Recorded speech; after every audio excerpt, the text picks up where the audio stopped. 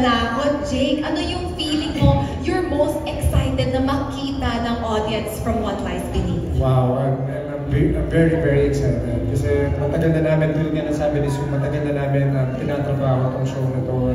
For me, I can honestly say this is the role I really prepared for the most. I immersed in a real prison for this. So, sabi ko nga, we're just so excited na it's finally coming.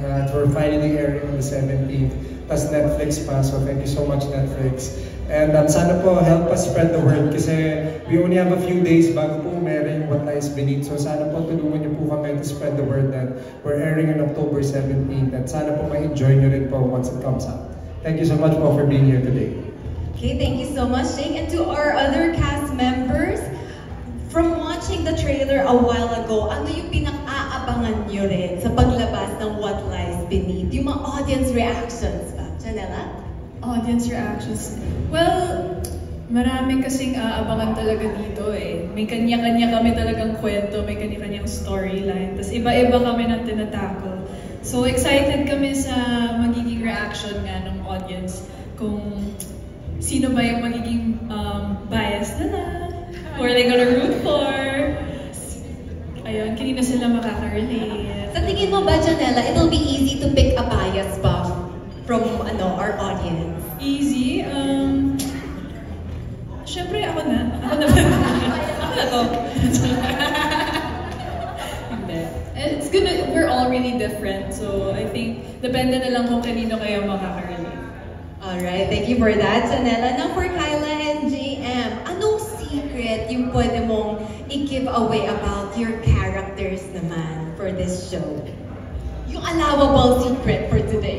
Tingnan ako ni JM, sabi niya mauna daw ako. So, I think I play Erica Melendez, that's the name of my character here. So she's an attorney. And for me, I feel like for my character, her secrets are more about her childhood and about her family dynamics and her life from that era. And I feel like yung mga secrets niya yun, siya mismo hindi siya ready to face it. So, yun. Without saying too much, yun lang ang masasabi ko about Erica's secret. Pero para ang dami na agad layers. Yeah. So, how about you, JM? I play the role of Lucas Santiago, kapatid ni Edong. I think yung secret ni Lucas is yung kung paano siya nag-survive without his family, kung ano yung mga pinasok niya, ano yung mga pinagdaanan niya, and doon ma-reveal sa show. Thank you so much for that. Patikim lang sa amin, JM. How about you, Charlie? May secret ba na pwedeng isplok ang character mo? Hindi pwede. Hindi pwede? Oo, kasi yung character ko dito yung pinakamapagpanggap. Linaglag na lang niya yung sarili. Oo, gano'n. So, hindi pwedeng ma-reveal kung ano talaga yung secret niya. Gano'n. Okay, pero can you give us a summary of your character? Okay, ako dito si Beth Mora. Teacher ako dito. Oo, pero ang nangyari kasi parang dahil dun sa isang pangyayari na nag-change sa buhay namin lahat, na iba lahat yung pangarap ko. Ay, kumbaga may pangarap ako pero iba yung kinalabasan. So, yun, parang broken dreams yung tema ni Beth. So, iba-ibang path talaga kayo. Janela, how about your character? Me, I play Alice Miller. I'm a mother and a woman who deals with a lot of trauma. Kumbaga parang on the outside, parang perfect yung life niya sa tingin ng mga tao. Pero ang dami pala niyang pinagdaanan. So yun yung matatackle ng character ko. And first mother role ko rin to. So, wow! Yeah. Congratulations! And relatable that your character right now. Yes. And Sue, how about you? I will play Mel Montenegro here. I'm the wife of Jameson Blake's character. Ang secret naman ni Mel is she belongs to an abusive relationship. So, it's for you to find out kung ano ba yung abuse na pinagdadaanan ng character ni Mel. And not only from her husband, but also from her parents. So, malalim din talaga yung mga hukul ng character. Okay, thank you for that. Sue, how about you, Jake? We caught a glimpse of your character a while ago and konting context na rin from how you prepared for him. Pero ano pa yung secret na pwede mong i-share? I think marami siyang sikreto talaga. There's a lot of mystery around the character kasi ano siya eh, nakulong siya for something he didn't do for 14 years. So, hindi mo alam kung ano yung plano niya. You don't know how he's gonna go about it. Nakahanap na siya ng many justifications kung bakit niya gagawin ang gagawin niya. And it's relentless, it's scary. And he won't be stopped. So, ano siya, very, very interesting role. It's very different from anything I've done in the past. Kasi yung character na to, it's very internal. It's not external where we're physicalizing or being big with the acting. It's very, very internal. So, nakakatakot siya. And to be quite honest, parang it was really a heavy process to portray it as well. Yeah. Kasi medyo point of no return na. Definitely. Tsaka hindi, parang he carries a lot of, marami siyang baggage talaga, like serious baggage that it's not hard to imagine the things. So may kita niyo rin eh, kung paano siya naging produkto ng environment niya sa loob ng kulungan. And you can see na parang that can be for the good, kasi syempre kaya nga may kulungan is to incarcerate people and be better, but that can go the other way. And then you're twisted in your planning for revenge. So, for 14 years. So, marami kayong makikita sa character, marami kayong misteryo na makikita. I will honestly say this is the hardest role I've ever done. And thank you, Direk Dado, Direk Froy, for the opportunity. Thank you, RCB, for casting me for this. Kasi pag nakita nyo naman yung character, hindi naman po rin ako yung si Jay Cuenca, ganyan. You know what I mean? So, thank you so much to my directors, the cast, and of course RCB for the opportunity, for giving me such a big challenge of a role of Endo. So sana pa supportan nila. Yes, okay. Thank you so much for that, Jake. And of course, let's not forget our dashing man over here, Reyes Matias. Can you give us a secret about your character naman? So I play Marco Torres. Siya yung private investigator ni Erica. He's had his fair share of struggles in life, but you know, despite of the wall that he puts up between people, he's still a very sensitive guy. So, okay, thank you for that, Reyes. Up next, we have Yves Flores. Tell us about your character, Yves. Ako si Ryan. Asawa po ako ni Beth. Ryan Mora. Ako po yung killer. The joke. Naglabas talaga ng Ako po si secret. Ryan Mora at asawa ko si Beth. At ang story ko ay sasamahan ko po si Beth sa journey niya. Meron po kami isang anak, which is si Jewel. Darating po sa point na yung family na ay mapapahamak. So, ako po yung pag-protect sa kanya. Okay, thank you so much, Yves. Finally, Jameson. Hello everyone, I'll be playing Anton Montenegro, isang celebrity host, husband ni Mel Montenegro. And I'm coming from a rich family, charming, pero might have a side na a lot of people would find unpleasant. But we'll see about that. Wow, okay, thank you for that, Jameson. Now that we have become familiar with the characters already of the cast, I would like to throw this question this time around to our creators, Ara and Benson. Kilala ang RCD narrative sa mga ganitong klase ng genre, from The Killer Bride and now to What Lies Beneath. What inspires you to do these kinds of genres, and do you use, or are you gonna integrate yung current events, the stories natin for What Lies Beneath? Difficult one. Well, RCD narratives has always been drawn to stories that dig deep into human psychology. So, ito yung mga kwento na nagtatanong bakit ginagawa ng mga tao yung ginagawa nila when they're pushed to their limits. And yung yung RCD narratives, tahanan po siya ng MMK for so many years. So, it's expected that yung approach din namin sa What Lies Beneath is deeply rooted sa research and realism. So, makikita nyo mga events, current events, yes. We're not basing those events sa headlines, but in the world we live in, yun lang, mas safe. Thank you, Ara. Actually, I've always been drawn to stories na featuring strong women. So, makikita yun sa shows ng unit, no? Ng RCD narratives. But what's different for this show is the women we feature are not put on a pedestal. They're imperfect.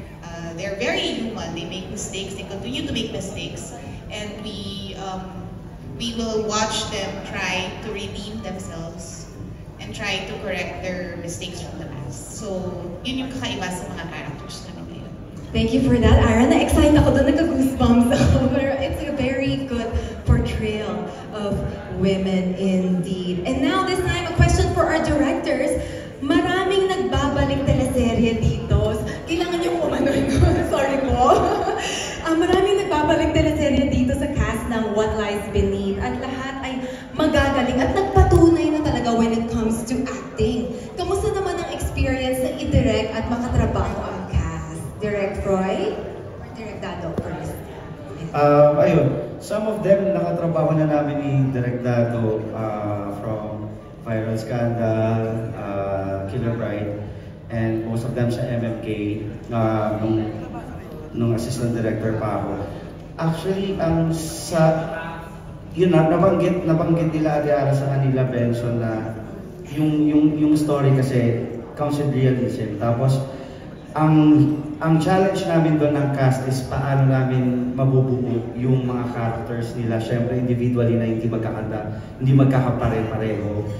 Tapos, siyempre, yung kung paano isinulat is complex kada character. I must say na with these gifted and talented actors, they made our job a lot easier, and at the same time, masaya magtrabaho kahit na napakabigat ng mga eksena. Yes, okay. Thank you so much, Direct Roy. Direct Dado? Sige, sa kanila na lang po, Direct. Actually, I have worked with them sa ibang mga projects, except for JM. This is our first time na I've been working with him. My experiences po sa mga actors, they're really fun to work with. Walang masyadong pressure sa set. Nagbibiruan, nagtatawanan, pero pag sinabing blocking na, take na, nag-i-in character na sila.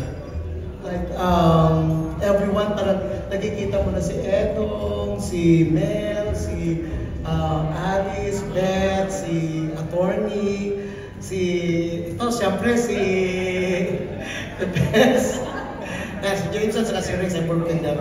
And, of course, si JM, siyempre, first time ko siya makatrabaho. Parang, to be honest, medyo kinabahan ako kasi siyempre hindi ko pa siya nakaka-work. But sa workshop pa lang, nakita ko how passionate JM is. Yung lahat naman sila, parang unang tinatanong na sa akin, ano ba yung character ko? Paano ko ba ipoportray ito? Ano ba yung mga kailangan ipakita? Because just like what Ara and Benson said, their characters are very complex. Maraming mga nuances. Maraming, ito nga yung yung parang, ang mga character, hindi lang physical yung yung pinapakita nila, kundi very internal yung conflicts nila. So, minsan parang pag sinasabi sa kanila, parang, dapat ito yung sinasabi mo, pero iba yung nasa, nasa nararamdaman mo, iba yung nasa gut mo, and all that. And they're very professional, and they really delivered, sorry sabi ko, outstanding performance, because they really, and saka medyo sila parang very patient sila na ilang takes, ilang whatever. And sabi ko nga parang, we really don't settle for anything less. At saka, lahat ng eksena pinaghihirapan. Walang madali. Kasi kahit pag binasa mo, parang, ay, dali naman to. Pero actually, hindi. Kasi yung mga nuances nun, matindi pa rin. And I'm so happy to have worked with them. Thank you so much, Direk. Last question, follow-up lang to our directors. From your perspective or standpoint as directors, ano sa tingin mo yung biggest challenge ng actors with this kind of storyline and yung mga topics that are being tackled? Any of you can answer. answer po, Direk. I think the biggest challenge really is this is not just a drama or this is not just a comedy. It is more than that. It's a suspense thriller. So sabi nga ni Sue, sa kanila madaling magpaiyak, madaling magpatawa. Si Beth yan, yung character niya medyo kikay-kikay siya. Pero ang mahirap yung manako. Kasi it takes a lot of, alam mo yun, physical, and marami, hindi lang yung acting ang binabantayan, kundi pati shots, angulo, and everything, and ilang takes, and because of that, diba, parang ang daming mga takes, ang daming mga shots and all that, and nakakatuwa na talagang game na game sila. Thank you, Direk Froy. If I may add, saka syempre yung mga characters nila, hindi pa naman din kasi talaga nilang na-experience unless si Sue binubugbog. Si Charlie, teacher, si Kyla, lawyer, which is very hard na i-portray dahil syempre ang trabaho natin ay sila ay mga artista. So, together with the team, with the creative, the production staff, talagang thorough yung research na ginagawa namin. Siyempre kami rin yung direktado, very careful kami doon. Siyempre, how? We are asking our friends na from mga lawyers, mga teachers, lalo na kami mga kapatid akong mga teachers. Ayun, kung paano namin i-handle, kasi syempre these are real people. We are showing real people para makarelate yung mga tao. And then, yun siguro yung isa sa pinakamahirap. Lalo na siguro yung maging preso dahil wala pa naman nakukulong sa amin. Ayun, kaya yun yung mga challenges na hinarap namin ng buong team. Thank you. Okay, thank you, Direk Froy. Okay, so before I start asking the questions from our friends from the media, let's all congratulate Janela Salvador because Open Endings won the Best Ensemble Performance Award at the 21st Cinemalaya Film Festival. So congratulations, Janela, and to your whole team. Thank you so much. Okay, so tara, magtanungan na tayo. Kyla, the first question is yours. So this question is from Alan Saconstars Putog. After doing action sa previous teleserye mong Incognito, anong i-expect ng viewers sa bago mong character dito? Well, definitely it's a very different genre altogether. So I feel like the feel of the show is very different, and yung character ko as a whole, she's an attorney. She has a lot of layers emotionally, but I feel like the main thing in terms of acting-wise siguro, yung napapansin kong difference is dito, na-challenge ako sa restraint. Kasi I feel like with Direk Froy and Direk Dado and I, we're very careful in plotting the scenes wherein Erica is able to really show her vulnerability. We want to show that Erica's the type of character na hindi masyadong emotional.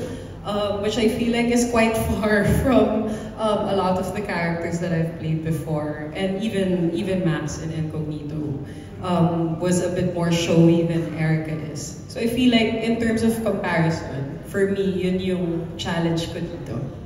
Okay, thank you so much, Kyla. Up next, the question is for Charlie. From Alan Saconstars Photog pa rin. This is your comeback teleserye after you got married. So, kamusta ka naman being a wife? Na-miss mo ba ang acting? At paano ka nakaka-relate sa character mo dito? Sir Alan, thank you. Actually, hindi naman ito yung first time kong ginawa after I got married. May mga nagawa din ako pero hindi pa lang lumalabas. Pero siguro ito yung first time ko na yung character ko din as a wife. So, yeah, nakaka-relate ako in terms of yung kung paano yung dynamics din namin ni Yves. Medyo ganun din kami talaga ni Carlo. And siguro, yun yung mga nagpadali din. Kasi hindi ko rin ma-imagine paano ko siya gagawin kung hindi ko pa na-experience, diba?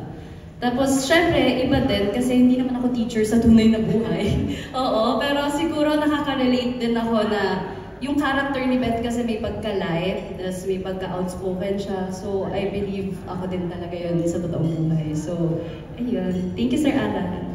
Thank you so much, Charlie. This next question is from Albert of Chicanes, and it's for Janela, Sue, Kyla, and Charlie. So the project features 4 strong female leads.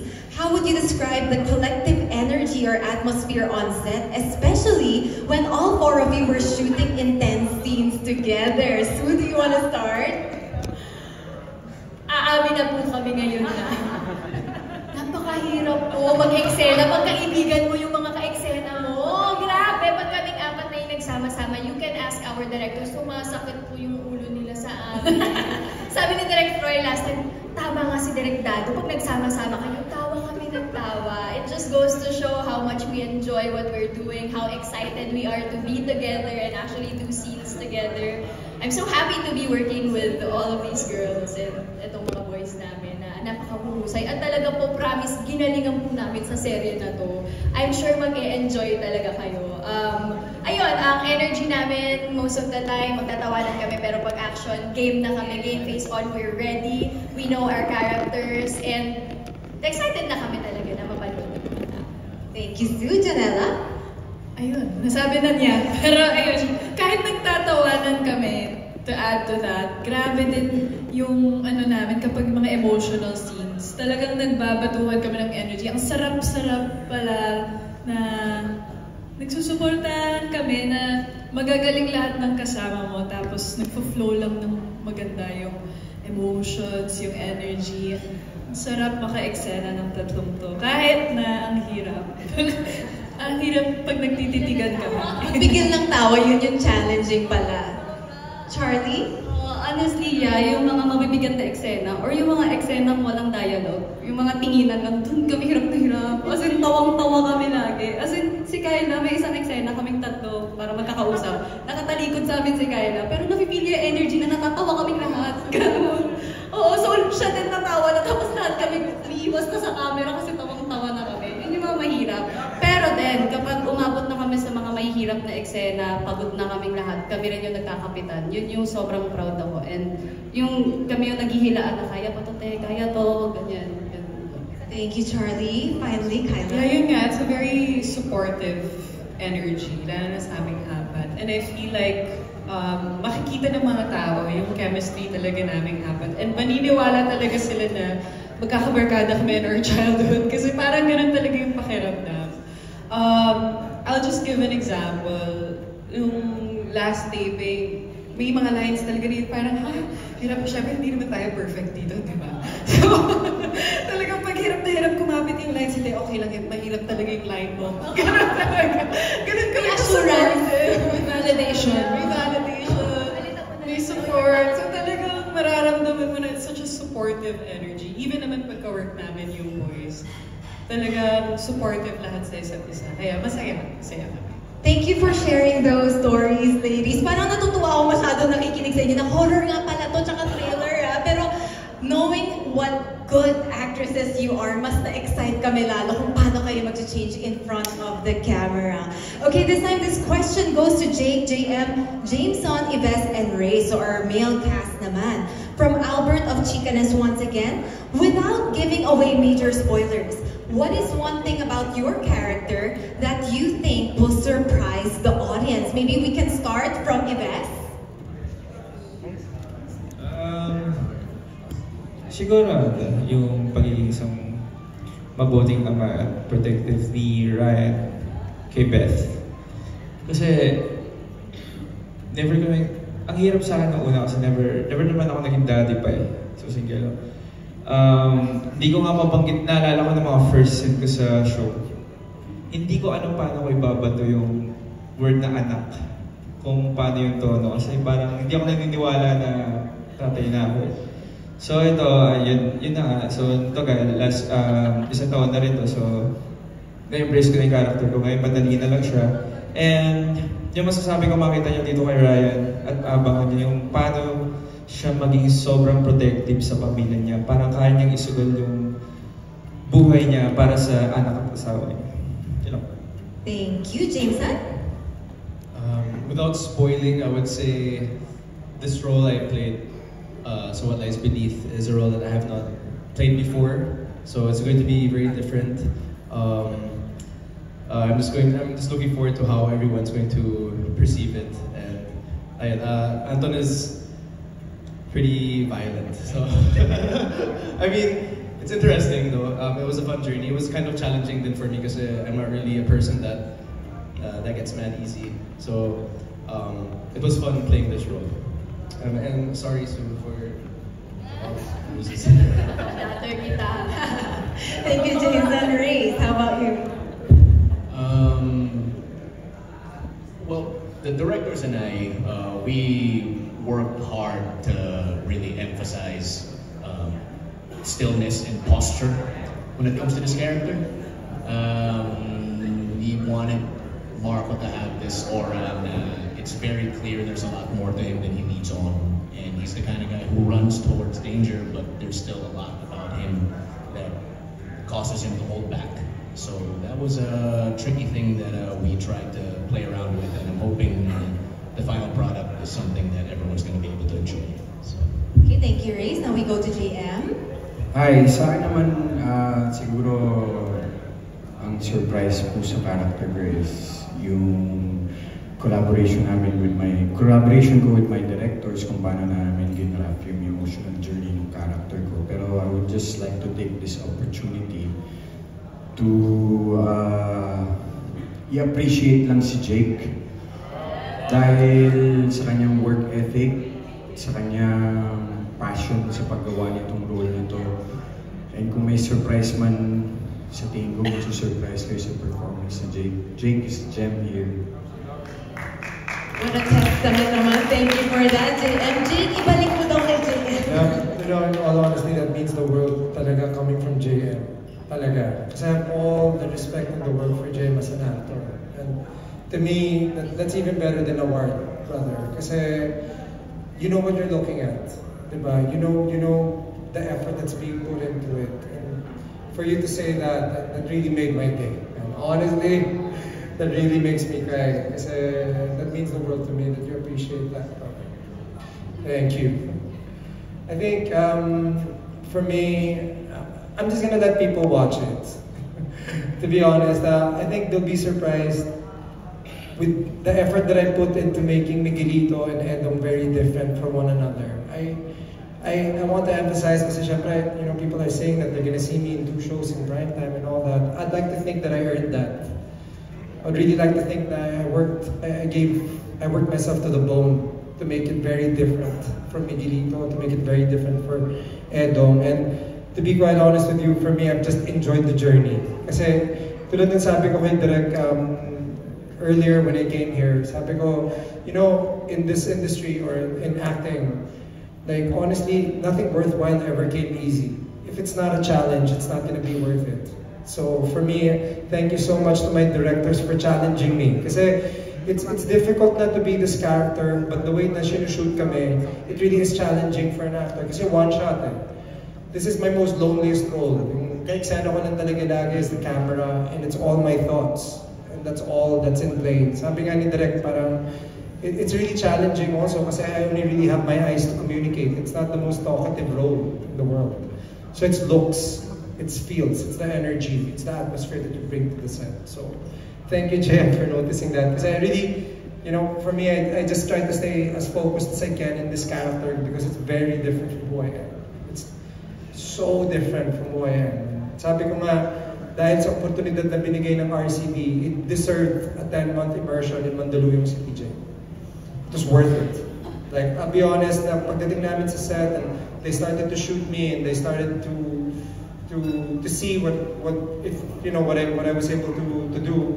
Sa totoo lang, napaka worth it kasi as an actor, there's no better feeling than going into a set confident and prepared. So, thank you so much for the opportunity, RCD Narratives.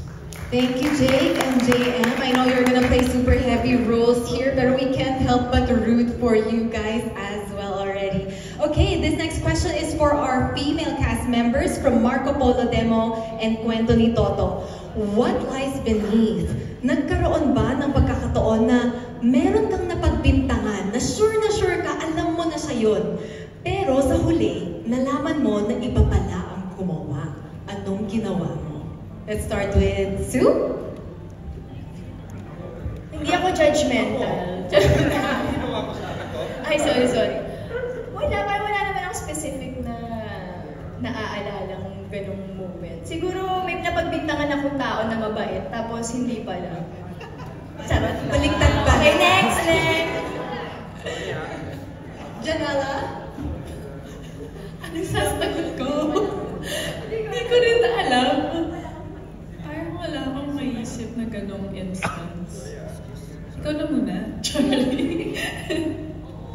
Honestly kasi kahit maisip ko na may ginawang masama sa akin, hindi ko pa rin i-confront or pagbibintangan. So never siya nangyari pa sa akin. Gusto ko yung may tea on the side. Clarification. Kyla, how about you? Ako rin wala akong ganong experience pa. But siguro if that happens to me, nagkamali ako ng judgment sa isang tao, I would gladly take accountability for it and apologize. Yun lang, siguro. Yeah, that's a good resolve. Thank you so much, Kyla. Ang hirap nga naman talaga ng tanong na yun.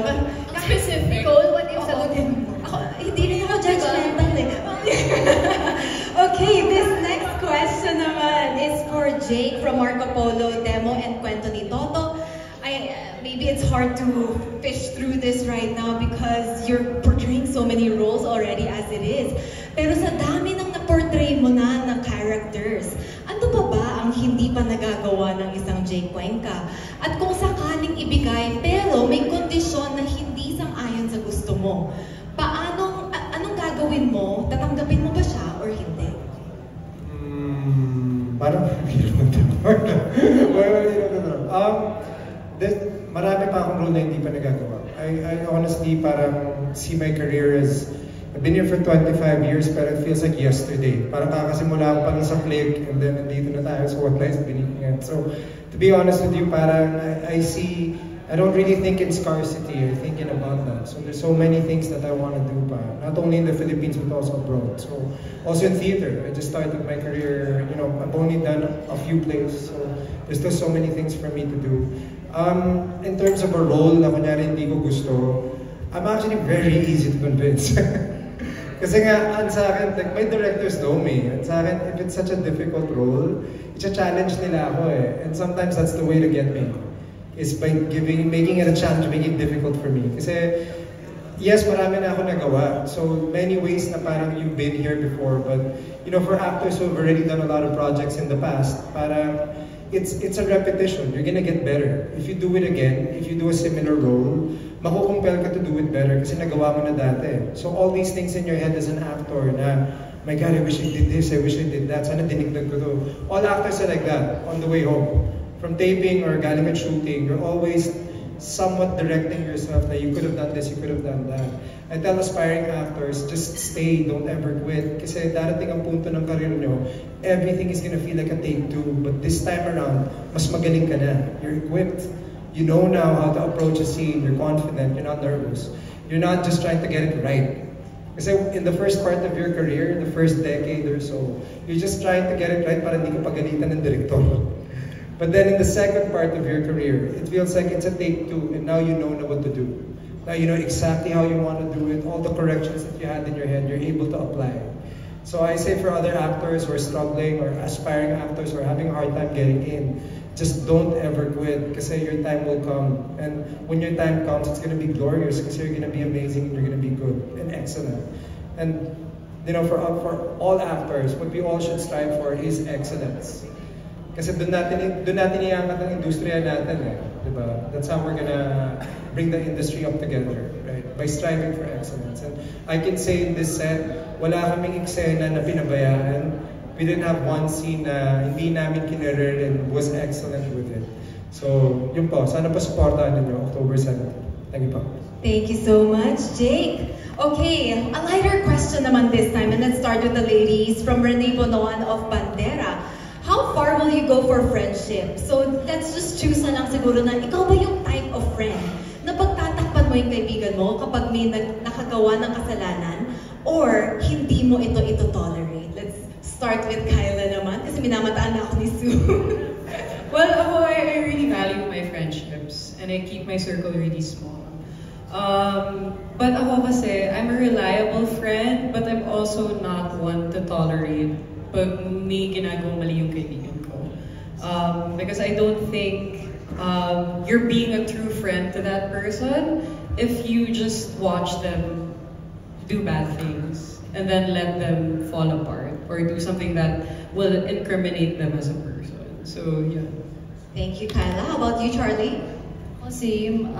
Kapag nakita ko na may mali or may mali siyang ginagawa, sinasabi ko din agad. And kapag tinuloy pa rin niya na yung mali na kinonfront ko about it, well, mag-iba na ng landas. Ganun talaga kasi nagkaiba na kami ng values. So you're very decisive in that regard. Thank you, Charlie. How about you, Janella?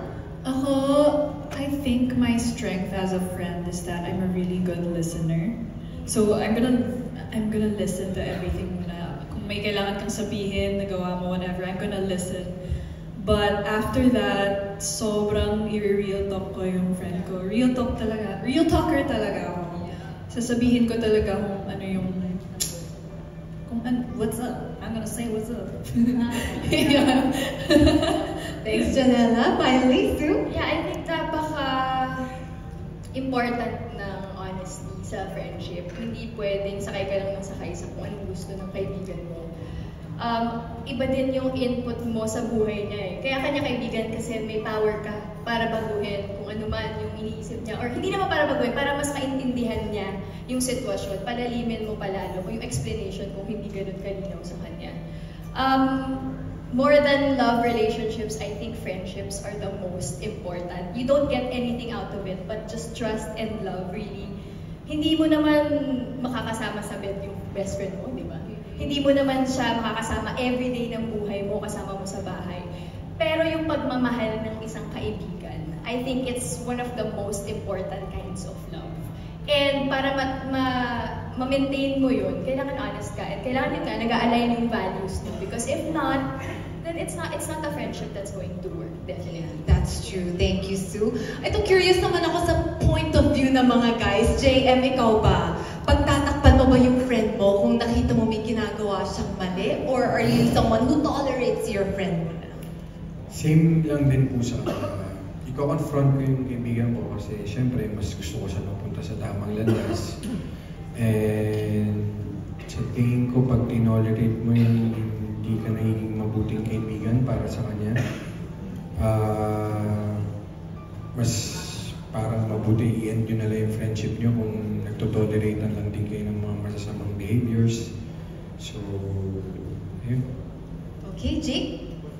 Are you the type of friend na pagtatakpan mo siya kung nakita mo may ginagawa siyang mali? Or you're gonna be upfront and call him out? I'm not an enabler kasi talaga. Like for me, if I see something, I truly call him out. I'm a very accountable person. And ako, I have no problem saying when I make a mistake. So I expect the same thing from my friends and people I know. So if I see something wrong, I usually really call it out. Thank you, Jake. Jameson, ikaw ba? Male perspective on this issue.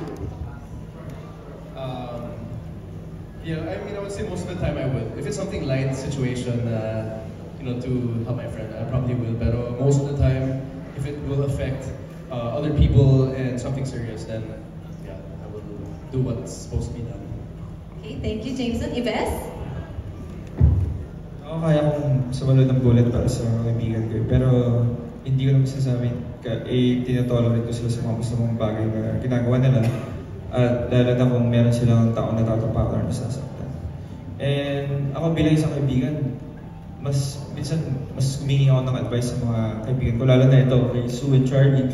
Pag sa love life, parang nanay ko sila na pinapagalitan nila ako eh. Pag may hindi magandang nangyayari. So, yun nga, I'm a good listener din and ma-advise ako sa mga kaibigan ko pero minsan yung advice na binibigay nila sa akin, hindi nag-work sa akin. Thank you so much. Finally, Ray? I try my best to put myself in the shoes of my friends. Kasi, you know, who's to say that I'm not gonna end up doing the same thing that they are when I'm in that position. I don't like the claim that I have some kind of moral superiority. I don't want to tell them what's right from what's wrong. I'm not your dad. You're a grown-up, you should be able to figure that out on your own. Although sometimes it really can be difficult to know which way is right. And I think as a friend, it's your responsibility to help someone out to get to that spot. So. Okay, thank you so much, Reyes. And now for the next question, it goes to Jake Cuenca from Chris Ramos Jr. of One Music PH. Oh, this is for Jake and JM.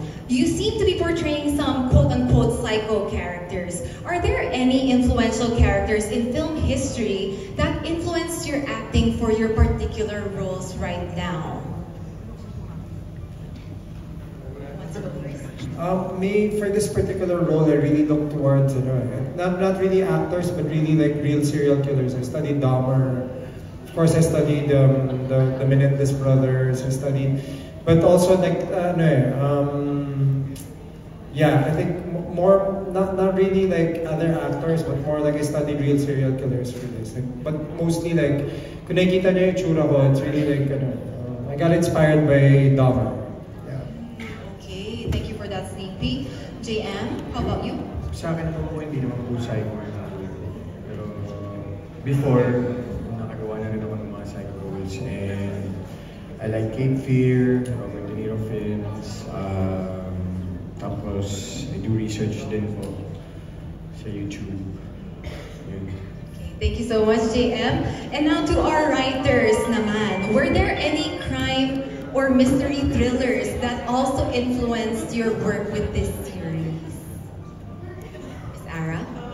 Mga women-led na shows, like,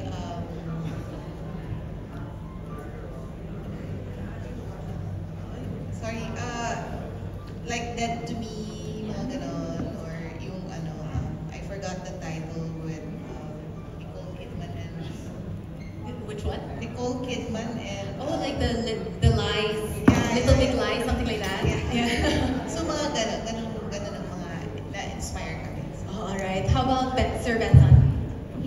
What she said, copy paste. Got it, sir. To our directors naman, how about you? May mga references ba kayo from the other mystery thrillers? Yeah. Well, ang mga parang reference ko before we're doing this, mga documentaries, mga docus about yung may mental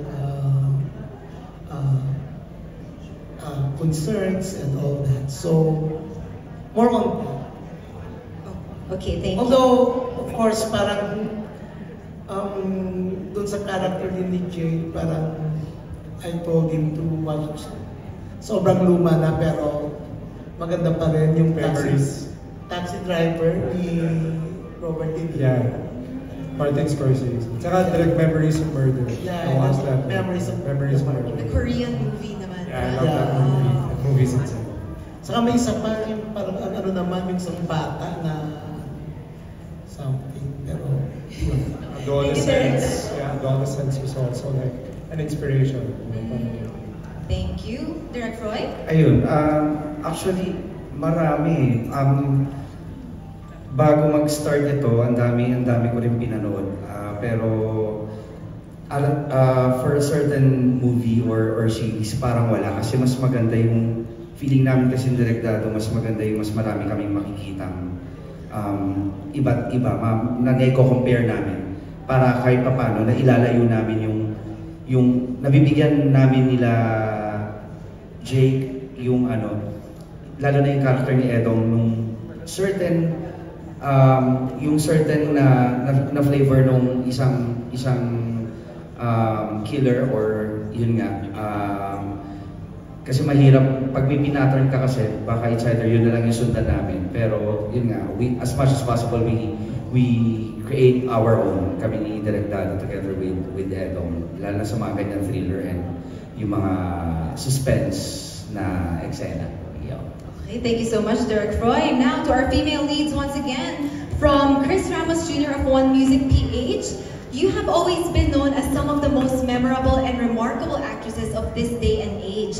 How inspired or pressured or motivated are you to be bouncing off each other and acting your brains out in this series? Anyone can go first?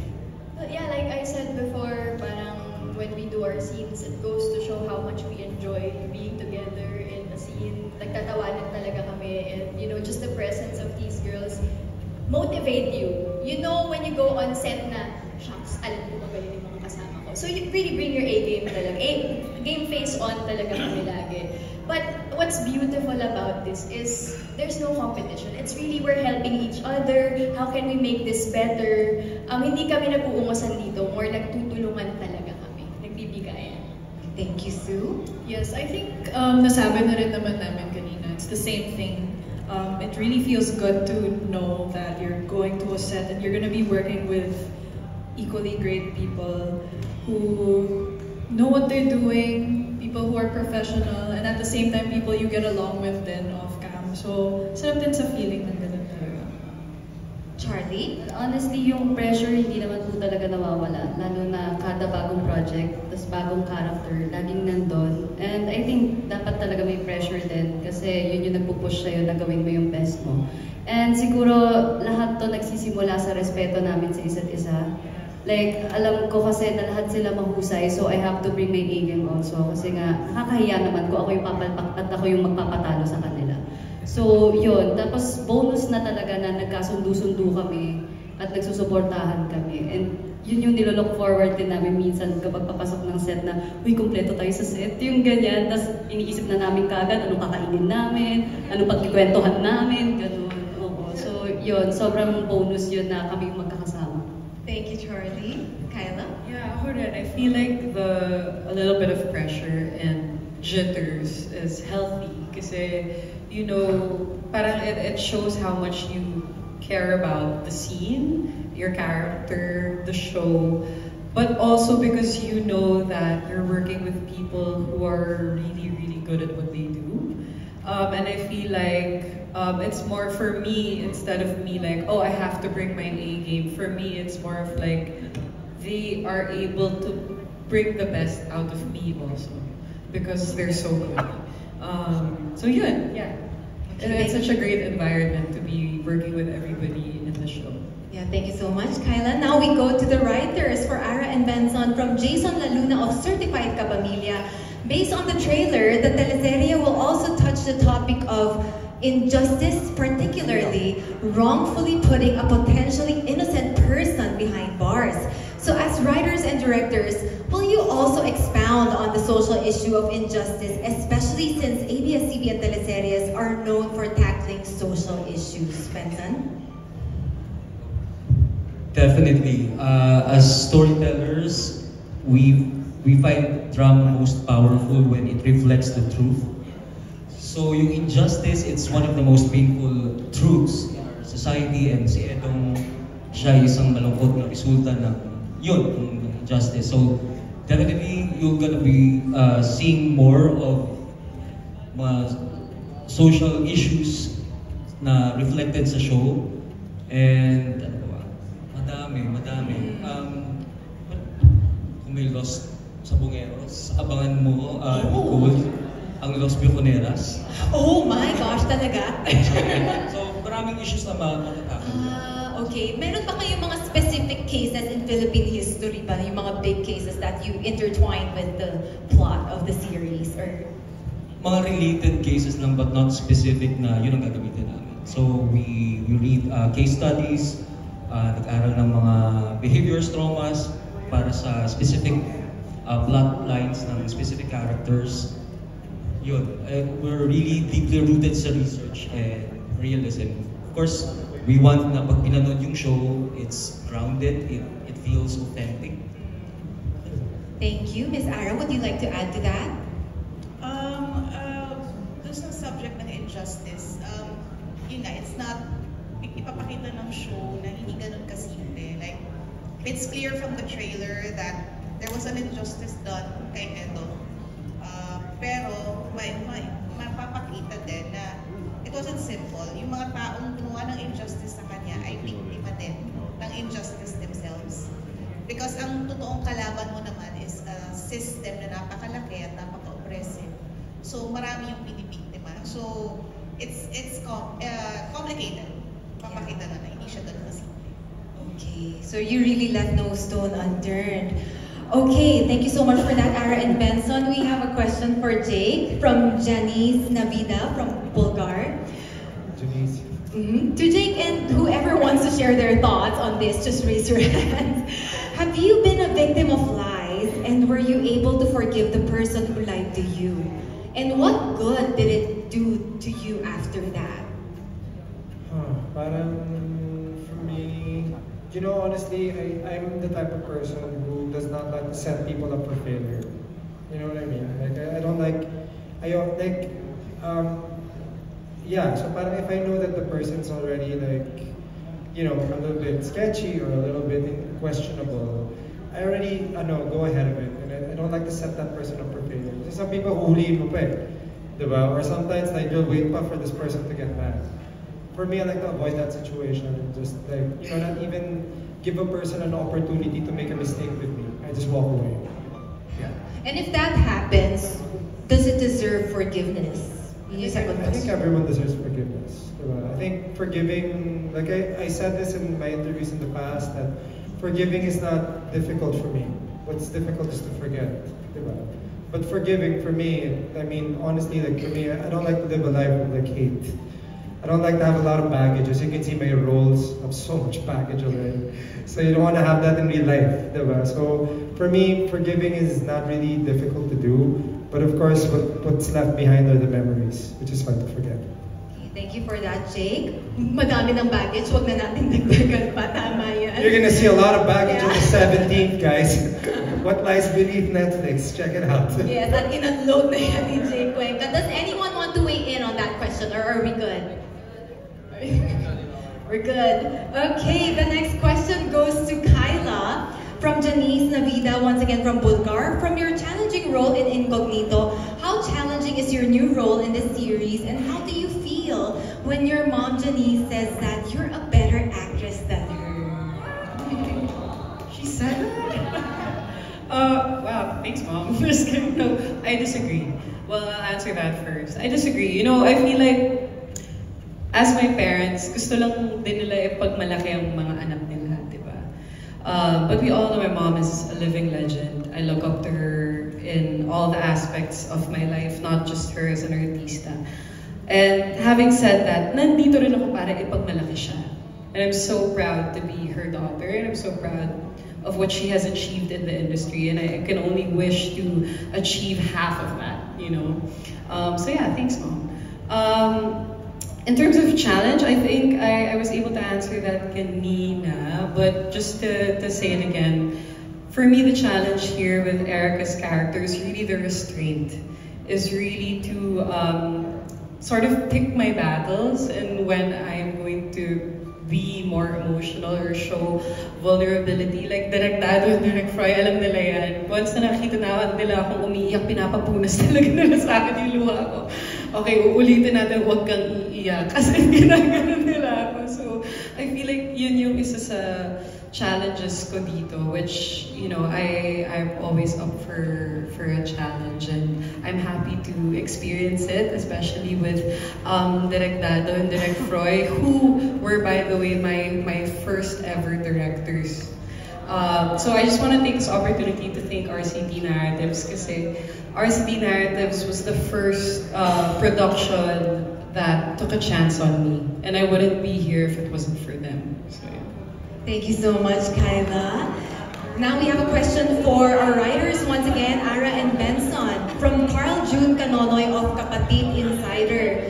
Maraming teleserye ang tungkol sa pag-ibig at pamilya na ang umere. Pero ano ang kakaiba sa kwento ng What Lies Beneath na dapat abangan namin as viewers?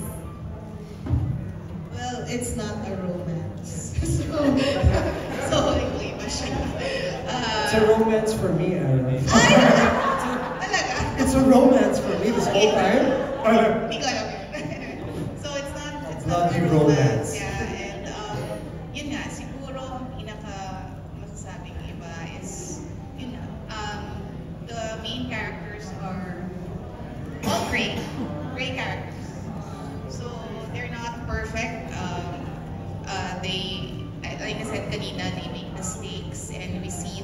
being very human in so many instances in the show. And so I think that would make them relatable also. So yun naman yung kakaiba. Thank you for that. Miss Ara, how about you, Sir Benson? Love and family. It's not just about love and family. It also shows the lies that we tell people to protect the people that we love. At hanggang saan ang pwede nating gawin, push para protektahan ng lie na yun, para protektahan yung mga taong minamahal natin. Hanggang sa dumating sa point na boomerang yung lie na yun. Anyway, it's a very complicated cycle ng lie, ng secrets. Yung what lies beneath, para siyang salamin. Pag tumitingin ka sa salamin, you are forced to look at the uncomfortable truths about your family, friends, sarili mo. So, yun din sana yung push ng what lies beneath, kahit sa family, sa kahit anong relationship. Makita mo yung truths na yun, even the ugly ones. Thank you so much, Sir Benson. Now we throw the question to Direk Dado and Direk Froy from Carl June Canonoy of Kapatid Insider. From you guys naman, ano ang dapat abangan ng mga manonood sa mga unang linggo ng serye? Actually, marami. Unang-una, hindi lang ito kumbaga parang simpleng drama or simpleng serye. Ano rin to, parang it's a suspense thriller siya. So may pagka-creepy yung mga characters, plot yung mga characters, and parang maraming issues din na tinatakol itong series na ito, na actually sumasalamin sa nangyayari sa lipunan ngayon. And yun. Direct Froy? Siguro yung syempre this show is very different dun sa tone na meron ang ABS sa prime time ngayon. Syempre mas more on yun, mas eto para siyang isang malaking pasabog na may pagka-slow burn siya na ma-unravel yung mga sikreto, unti-unti. Yung aabangan mo kung ano yung susunod na mangyayari, syempre. Pero yun, sa dami ng nangyayari sa kanila, ng mga characters, aabangan mo kung paano sila matatahi. Kung paano nila ma-figure out kung ano yung mga lies na yun. Mas yun kasi syempre, when you're close to each other, sa totoong buhay, mas mahirap malaman kung ano yung totoo. Kaysa dun sa mas hindi mo kilala, mas dun mo nalalaman may sikreto.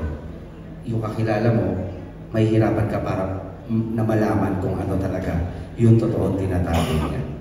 Yun. Parang kinabahan naman ako dun, Direk. Napa-reflect ako doon. Pero since we are already talking to the directors, I would like to extend the question already. It's from Chad Manila Feed. What Lies Beneath seems to explore secrets, truth, and deception. What message do you think the show wants to convey? And what drew you to the story of What Lies Beneath? Direk Dado, you wanna start off? Siguro yung message na gusto i-convey ng show that is really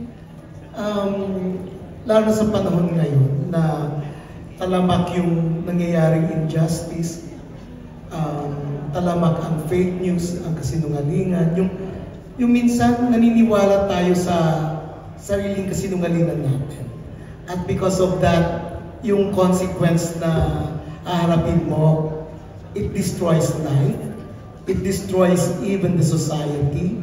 So yun ang gustong, I think, first and foremost, yun ang gustong i-tackle ng show.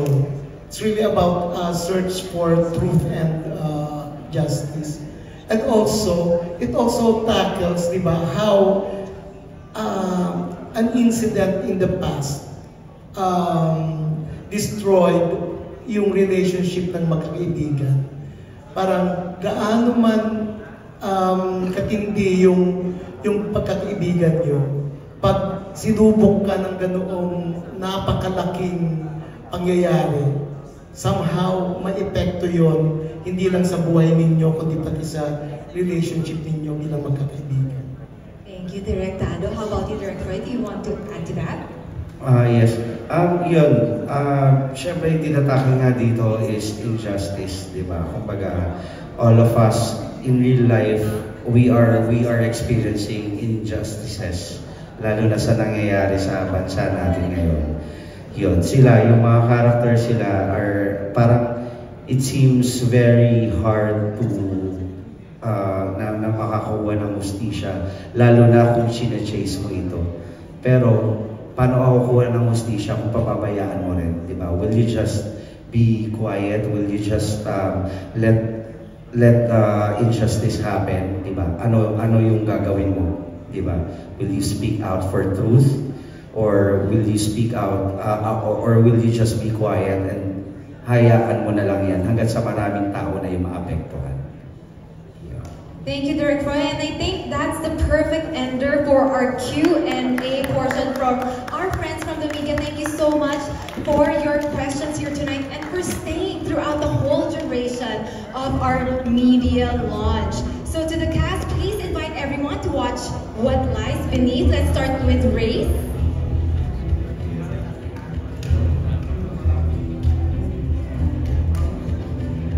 Sikreto ang aming itinatago, What Lies Beneath, malapit na nating mapanood. Ayan, at bago niyo po mapanood ang What Lies Beneath, gusto namin kayong imbitahan on October 15, 7 p.m. October 15, 6 p.m. Sa SM North at sa Cinema 7 para sa aming What Lies Beneath Celebrity Preview. Please, samahan niyo kaming makisaya sa Mascara Festival Kapamilya Caravan this weekend. Okay. Magkita-kita tayo sa Bacolod, kasama ko po si Jameson Blake at si Jake Cuenca. Yes. See you there, mga kapamilya. Yes, ngayong Sabado po yan, October 18, 5 p.m. Ayala Malls, Capital Central, Bacolod po. Magkita-kita tayo, kapamilya. Again, it's finally time. Unti-unti na po mapupunyag ang katotohanan. Catch What Lies Beneath, streaming on Netflix on October 17 and it streams on iWant on October 18. Ayan, also you can watch us on Kapamilya Channel, Kapamilya Online Live, A2C, and TV5 starting October 20. Yes, and kung gusto nyong mauna sa balita, follow RCD Narratives on all social media platforms. Alright, so there you have it. What Lies Beneath, starting October 20. Now, before this special media launch ends, we have a surprise for our leading ladies to be given by Jake Cuenca and JM. The very, very beautiful bouquets for our beautiful, strong, all-female leads for this series. At syempre, palakpakan po natin ang ating cast members and our writers as well as our directors for bringing this series to life. And with that, the secrets have been unveiled. Thank you for joining us today and for being part of this special event as we uncover the truths behind What Lies Beneath. From ABS-CBN Studios, directed by Froy Alan Leonardo and Dado Lumiba, What Lies Beneath, malapit na malapit na. And Charlie, I believe you would like to thank your sponsor. Thank you so much po sa beauty derm. Thank you, Ate Ninang. Thank you po. And sa lahat po na sponsors namin, salamat po. Thank you, Charlie. And thank you once again to our friends from the media for joining us. And congratulations, everyone. Gusto namin pasalamat kay Ms. Roda. Thank you so much. And kay Miko, thank you, love you guys. Thank you. We will have some photo ops as well. Okay na po. Okay na po yung camera ka. Kailangan mo pa yung photo op? Meron na sila ron eh.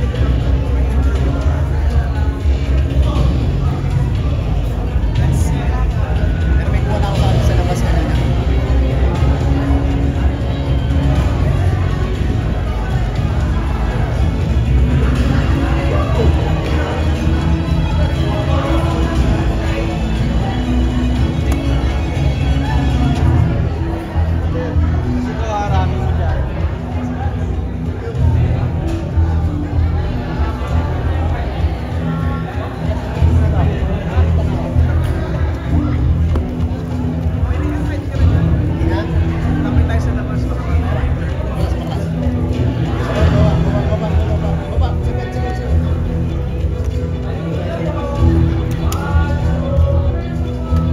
may camera.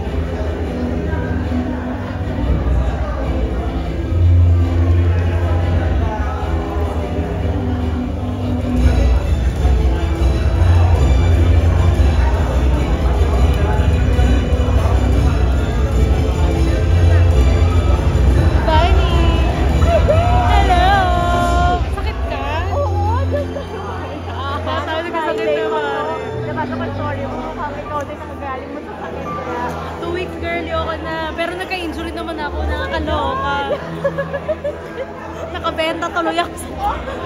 Aloha. Get well soon!